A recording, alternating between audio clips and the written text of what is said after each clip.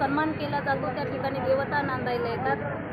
संतांच्या पदस्पर्शाने पुनीत झालेली ही महाराष्ट्रभूमी, या महाराष्ट्रामध्ये, या भारत देशामध्ये क्रांतिकारी स्त्रिया होऊन गेल्या। त्यामध्ये सुनीता विल्यम्स, कल्पना चावला, सावित्रीबाई फुले, मासाहेब जिजाऊ, अहिल्याबाई होळकर अशा अनेक महिला होऊन गेल्या। आणि खऱ्या अर्थाने या महिलांनी आमच्यासारख्या कीर्तनकारांना प्रेरणा दिली, म्हणून आजही आळंदीमध्ये मुलींची वारकरी शिक्षण संस्था माझी कार्यरत आहे। अवघ्या महाराष्ट्रभर, महाराष्ट्राच्या बाहेर सुद्धा मी कीर्तनासाठी जात असते आणि जनजागृतीचं काम करत असते।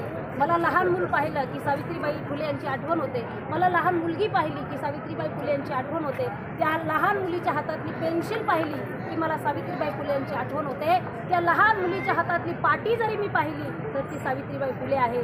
या भारतामध्ये आजही आपल्या राष्ट्रपती द्रौपदी मुर्मू, मला वाटतं एवढ्या थोर महिला जर ज्यांनी घडवल्या असेल त्या सावित्रीबाई फुले आहेत। म्हणून खरंच सावित्रीबाई फुले यांचा सन्मान अवघ्या देशामध्ये होत असतो आणि ह्या लोणंदकर मंडळीचे मी मनापासून आभार मानेन की आजचा हा कार्यक्रम त्यांच्या प्रेरणेने आणि सहयोगाने घडत आहे।